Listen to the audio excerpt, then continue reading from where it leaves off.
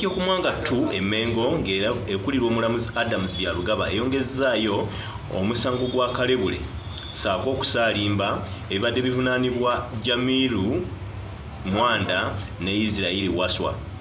Bano badde bavunaanibwa okusalimbira ku kkanisa ya Miracle Center e Mengo n'ekigendererwa ky'okwogera kalebule ku kkanisa eno n'omusumba waayo Robert Kayanja. In that letter we were very clear that neither us nor the family. Baruwa nga bakulira bateekamu omulamu gwateekebwamu bonga bakulira oba omune family knew where he was at the time.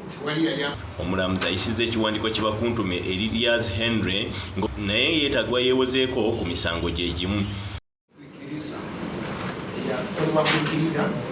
Clearly shows that there is nothing about God.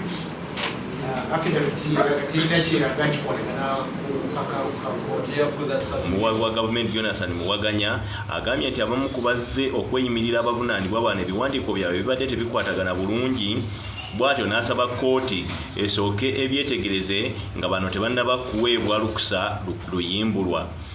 Asaba okweyimirira obunaana naddala kuwa gy'abeera bikontana. It is highly unsafe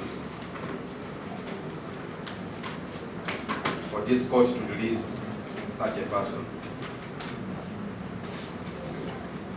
Kkooti tekibeera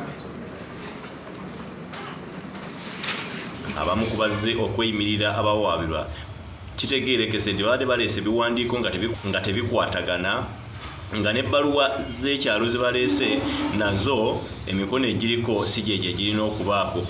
Kigambibwa nti nga 17 Septemba 2021 abavubuka okuli Peter Serugo, Ligan Sentongo, Moses Semanobe n'abalala baasalimbira ku kkanisa y'omusumba Robert Kayanja eya Miracle Center ne boogerayo ebyakalebule n'ekigendererwa eky'okwonoona erinnya y'omusumba oyo.